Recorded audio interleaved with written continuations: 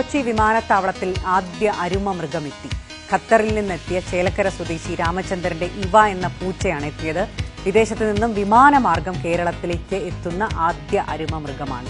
ഖത്തറിൽ ഒരു സ്വകാര്യ കമ്പനി ജീവനക്കാരായ രാമചന്ദ്രന്റെ കുടുംബം ഒരു വർഷം മുൻപാണ് ഇത്തരത്തിലൊരു നാടൻ പൂച്ച എന്ന് പറയാം, ഒരു ഡൊമസ്റ്റിക് ആയിട്ടുള്ള ഈ പൂച്ചയെ അവിടെ ഖത്തറിൽ നിന്ന് തന്നെ ഇവർക്ക് ലഭിക്കുന്നത്. ഇതിന് ഏതാണ്ട് ഒരു വർഷത്തോളമായി ഇവരുടെ വീട്ടിൽ തന്നെ കഴിയുന്ന പൂച്ചയെ അവിടെ നിന്ന് ജോലി അവസാനിപ്പിച്ച് നാട്ടിലേക്ക് മടങ്ങുമ്പോൾ ഉപേക്ഷിച്ച് മടങ്ങാൻ രാമചന്ദ്രനും കുടുംബത്തിനും പറ്റിയില്ല.